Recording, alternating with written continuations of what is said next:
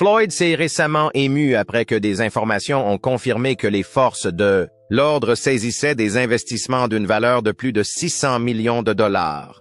Ce revirement spectaculaire a commencé peu après qu'il ait annoncé avec audace sur les réseaux sociaux qu'il avait acquis 62 immeubles à Manhattan. Une déclaration destinée à mettre en avant sa richesse et ses prouesses en tant qu'investisseur immobilier. Cependant, la situation s'est rapidement dégradée lorsqu'il a été révélé que les immeubles n'étaient en réalité pas enregistrés à son nom.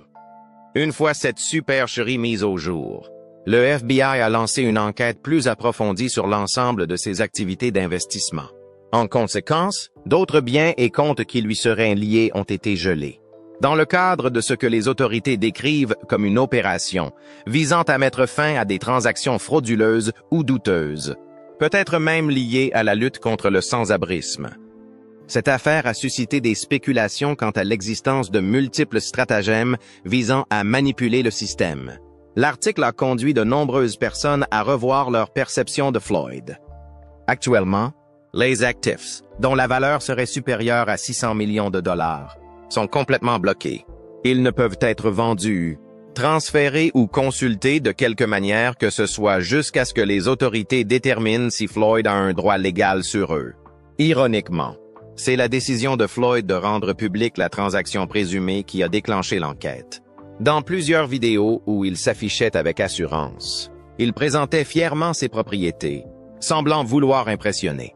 Mais au lieu de susciter l'admiration, il risque désormais de faire face à de graves conséquences. Les réactions ont été rapides. Tous mes bâtiments m'appartiennent. Les fans ont inondé les commentaires. Les médias ont relayé l'information et l'ampleur de la revendication a attiré l'attention bien au-delà du monde de la boxe. Mais une fois que les autorités ont commencé à vérifier les titres de propriété, la vérité est devenue impossible à ignorer. Aucun des immeubles n'était enregistré au nom de Mayweather. Floyd Mayweather Jr. Une histoire circule, rapportée par Business Insider, au sujet d'une transaction immobilière de 400 millions de dollars dont il aurait discuté ici, à New York. Mais maintenant, selon Business Insider, ce n'est pas ce que vous pensez. Ils ont déclaré qu'il n'y avait aucune preuve de la vente de ces propriétés. Il s'agit en fait de 62 immeubles locatifs dans le nord de Manhattan. Cette découverte n'a pas seulement entaché sa crédibilité, elle a déclenché une réaction en chaîne. Les enquêteurs fédéraux, déjà au courant de ces déclarations financières au fil des ans, ont saisi cette occasion pour creuser davantage. Ils ont examiné ses anciens dossiers et ont commencé à geler d'autres actifs qui lui sont liés. À l'heure actuelle, rien ne peut être déplacé tant que l'audit n'est pas terminé. Ce qui rend la situation encore plus grave, c'est que Floyd lui-même a admis dans des interviews passées que l'immobilier était devenu sa principale source de revenus depuis qu'il avait quitté la boxe professionnelle. Si ses comptes sont gelés, ses liquidités disparaissent, du moins temporairement. Et avec un train de vie aussi luxueux, ce n'est pas une mince affaire. Pour compliquer encore les choses, cette tempête financière a frappé au moment où Floyd s'apprêtait à réaliser l'un de ses projets les plus ambitieux, à savoir l'acquisition d'une participation dans l'équipe de football américain des New York Giants pour 700 millions de dollars. Il n'était pas seul dans cette entreprise. En partenariat avec l'investisseur immobilier Meyer Orbach, les deux hommes prévoyaient de mener un effort collectif pour acquérir 10% des parts de l'équipe. Les Giants, évalués à plus de 7,20 milliards de dollars, sont l'une des franchises les plus anciennes et les plus emblématiques de la Ligue. Cela aurait été une transaction colossale, qui avait même poussé Floyd à verser 200 millions de dollars sur un compte séquestre pour montrer son engagement et le sérieux de son investissement. Mais ce projet est désormais compromis. Non seulement sa situation financière est remise en question, mais son partenaire, Meyer Orbach, est resté très discret ces derniers jours.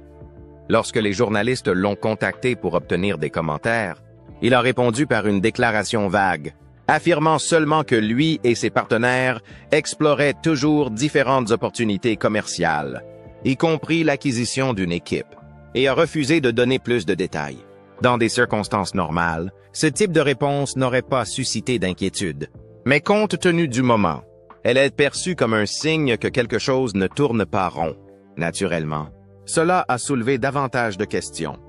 Pourquoi Orbach n'a-t-il pas confirmé que Floyd faisait toujours partie de l'accord? Pourquoi tant d'hésitation à discuter publiquement des détails si tout est légitime? Pour l'instant, personne ne le sait avec certitude. Mais plus le silence se prolonge, plus la situation semble inquiétante. Pour ajouter de l'huile sur le feu, Eddie Hearn a exprimé il y a quelques mois ses soupçons quant à la stabilité financière de Floyd. Dans une interview, il a déclaré « Je ne pense pas qu'il ait autant d'argent qu'il le prétend. Je ne dis pas qu'il est ruiné, mais vu ses dépenses et la fréquence de ses exhibitions, on peut se poser des questions. » À l'époque, ses propos avaient beaucoup attiré l'attention. Floyd avait ri lorsqu'on lui avait montré l'extrait et avait répondu « Hearn a toujours des remarques sarcastiques à faire. » Mais aujourd'hui, les propos de Hearn semblent beaucoup plus réalistes. D'autres acteurs du secteur ont fait écho à cette inquiétude. L'analyste de boxe Rick Glazer a publié un message dans lequel il affirme que, même s'il est difficile de croire que Mayweather soit vraiment en difficulté financière, les rumeurs proviennent de sources crédibles. Il a décrit le problème comme profondément enraciné, suggérant qu'il ne s'agit pas simplement d'un malentendu ou d'une erreur de communication, mais d'un véritable problème qui pourrait s'aggraver. Et alors que la situation semblait ne pouvoir empirer, Floyd a publié une nouvelle vidéo en ligne, cette fois pour promouvoir une crypto-monnaie appelée Asset, basée en Thaïlande. Dans la vidéo, il encourage ses fans à investir dans cette monnaie, leur promettant diverses récompenses, notamment un appel Zoom en direct avec lui et le fondateur du projet, ainsi qu'un remboursement de 100 $ s'ils investissent au moins 20 000 $ dans l'une de ses ceintures de champion WBC. Plus surprenant encore, il a offert une séance d'entraînement privée avec lui comme prix à un heureux gagnant. Une telle offre, venant d'une personne qui n'a pas l'habitude de faire de cadeaux, a immédiatement suscité la méfiance. Pourquoi Mayweather s'associerait-il à une crypto-monnaie dont peu de gens ont entendu parler? Et pourquoi offrir autant de récompenses, surtout liées à des sommes d'argent importantes? Pour beaucoup, cela ressemblait à une tentative désespérée de gagner rapidement de l'argent. Et compte tenu du moment choisi, ces soupçons ne semblent pas farfelus. Quand on prend du recul et qu'on regarde la situation dans son ensemble, il est clair qu'il ne s'agit pas seulement d'un simple mensonge sur Instagram. Il s'agit d'une série de décisions discutables, de signaux d'alerte financiers et d'un manque de transparence. Floyd continue de sourire en public, de s'habiller comme un roi et de dire que l'argent est une source inépuisable. Mais en coulisses, les fondations semblent fragiles. Il y a de fortes chances que d'autres de ses actifs soient saisis, que d'autres contrats soient annulés et que d'autres de ses déclarations passées soient contestées ou réfutées. Récemment, même les employés de Mayweather Boxing and Fitness à Los Angeles ont quitté leur travail après plusieurs semaines sans salaire. Ils ne se sont pas contentés de partir en silence. Ils ont organisé une manifestation devant la salle de sport avec des pancartes et des microphones. Sur l'une des pancartes, on pouvait lire « L'équipe de l'argent n'a pas d'argent ».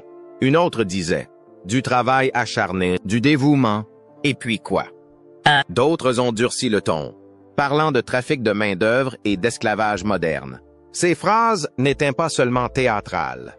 Elles étaient brandies par des employés qui estimaient avoir atteint leurs limites. Selon le Daily Mail, plusieurs employés ont affirmé ne pas avoir été payés depuis des semaines. Parmi eux, des entraîneurs, des réceptionnistes et des cadres. Pas de salaire, pas de réponse de la société. Certains ont même déclaré craindre des représailles pour avoir pris la parole, mais ont décidé de prendre le risque car ils se sentaient réduits au silence depuis trop longtemps. Un membre du personnel très vocal l'a exprimé ainsi. Même si vous travaillez pour une autre société et que vous n'êtes pas payé, vous avez peur de vous manifester et de dire quelque chose car vous savez comment fonctionne. Les entreprises, elles vous réduisent au silence et vous licencient car tout est à leur discrétion. Pour eux, la salle de sport de Mayweather n'était qu'une autre version de cette expérience, sauf que celle-ci était associée au nom de Floyd. Un autre employé a ajouté « Nous sommes ici pour faire savoir à tout le monde qu'ils ne nous ont pas traités correctement. Le groupe a affirmé avoir tenté à plusieurs reprises de signaler le problème en interne, mais avoir été constamment rejeté ou ignoré. Certains ont même déclaré que la direction leur avait demandé de ne pas faire part de leurs préoccupations à Floyd s'il venait. « Il était ici il y a 2 semaines, » a déclaré l'un d'eux. « On nous a fait taire. On m'a dit qu'on ne pouvait rien lui dire. Je ne peux pas lui dire que notre studio ferme. Qui sait s'il est au courant ou non? Now, on ne le sait pas. La marque a donné son nom, mais plus je suis ici depuis le début de l'année, plus le traitement réservé au personnel me brise le cœur.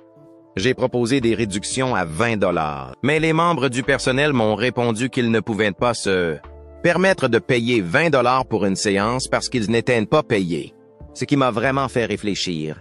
Mais qu'est-ce qui se passe ici? J'ai continué à venir tous les lundis, à ajuster les séances du personnel pour m'assurer qu'ils se sentent bien. Ils se sentent équilibrés. Leur organisme n'est plus aussi stressé. Selon des sources internes, le centre de boxe et de fitness Mayweather de Los Angeles pourrait fermer définitivement. Il ne s'agit pas d'une protestation temporaire. Les employés considèrent déjà cela comme la fin. Les équipements sont laissés à l'abandon. Les cours sont annulés. Plusieurs membres ont été informés de ne pas renouveler leur abonnement jusqu'à nouvel ordre. Samaria Bolden, directrice générale de la salle de sport, a déclaré qu'elle avait fait confiance à la marque lorsqu'elle a rejoint l'entreprise. Elle a décrit la rapidité avec laquelle la situation s'est détériorée. J'ai commencé à travailler ici en septembre 2023, et le jour de mon entrée en fonction, l'équipe n'était pas encore embauchée. Depuis ce jour-là, j'ai toujours été inquiète, mais je pensais pouvoir aider à redresser la situation. Et on m'a menti dès le début, a-t-elle expliqué. Nous avons tout perdu. J'ai tellement perdu en n'étant pas payé, en étant payé en retard. Cela a complètement bouleversé ma vie. Cette situation a ruiné ma vie. On m'avait fait beaucoup de promesses et j'ai essayé de protéger les autres. J'ai tellement perdu dans cette histoire. Un autre coach de la salle de sport a expliqué en détail que le stress lié à son travail allait bien au-delà des salaires impayés. Honnêtement, c'est décourageant. Nous n'avons pas été payés équitablement. Cela affecte votre santé mentale. Ma femme a dû être hospitalisée à cause du stress et de l'anxiété liés à ce travail. Il y a tellement de choses qui vous font mal au cœur. Et c'est terrible d'avoir à vivre cela en travaillant pour une entreprise aussi prestigieuse. La réalité, c'est que nous ne sommes même pas payés. Salut, qu'est-ce qui se passe? Je m'appelle Frank. J'étais entraîneur ici, à Mayweather Boxing, Fitness Hollywood. Et honnêtement, ça a été décourageant de vivre tout ce que nous avons vécu. Nous n'avons pas été payés équitablement. Ça affecte votre santé mentale. Nous devions compter sur un membre qui travaillait chez Chick-fil-A et qui nous a donné des cartes gratuites. Nous mangeons donc tous des repas malsains, au point que nous ne pouvons même pas rentrer chez nous pour manger des aliments frais. Nous ne sommes littéralement pas en mesure de payer nos factures. Les dettes se sont accumulées au point de nuire à notre santé mentale. À l'heure actuelle, Floyd Mayweather n'a fait aucun commentaire sur la grève, le conflit salarial ou la fermeture potentielle de la salle de sport. Mais son silence est de plus en plus assourdissant. D'autant plus qu'il y a quelques semaines à peine, il affirmait sur les réseaux sociaux posséder plus d'1 milliard de dollars en biens immobiliers et s'exhibait avec ses achats extravagants. Pour les employés qui ont du mal à payer leurs factures, ce contraste n'est pas seulement frustrant, c'est une véritable gifle. De plus en plus de questions se posent sur la gestion de l'empire commercial de Mayweather. Plusieurs sources proches de la salle de sport ont laissé entendre qu'il y avait une confusion quant à la personne qui supervisait réellement les salaires. Certains affirment qu'il s'agit d'un problème de franchise et non d'un échec personnel de Mayweather. D'autres insistent sur le fait que si son nom figure sur le bâtiment, la responsabilité lui incombe. Les critiques s'élèvent également en dehors de la salle de sport. Warren Buffett, qui a plus de 80 ou 90 ans, peut encore gagner énormément d'argent. Les Walton, propriétaire de Walmart. Bill Gates peut encore fabriquer des ordinateurs. Mais dès que quelqu'un est noir, dès que ma carrière dans un sport de combat, dans la boxe, est terminée, peu importe. Si je fais de la promotion sur les réseaux sociaux ou si je fais des exhibitions, les gens disent « Oh, il est fauché ». Non, ce n'est pas un crime pour eux de gagner de l'argent. Ils ne disent rien sur les gars qui... Amir Khan a donné son avis sur la question dans une récente interview et il n'a pas mâché ses mots. C'est triste. Mais écoutez, le karma est une abeille. A-t-il dit? Le problème, c'est son arrogance. Il exhibe son argent. On ne peut pas jeter l'argent comme ça à la figure des gens, parce qu'il y a beaucoup de pauvreté dans le monde. Et s'il exhibe et jette son argent dans des clubs de striptease, la vie de Khan fait écho à quelque chose qui murmure dans le monde de la boxe depuis des années. Floyd Mayweather s'est construit une image autour de l'excès. Son surnom n'est pas seulement une stratégie marketing. Il l'a vécu. Le style de vie de Mayweather a toujours été extrême. Des jets privés aux montres en diamant. Des sacs remplis d'argent liquide aux billets jetés par terre dans les boîtes de nuit.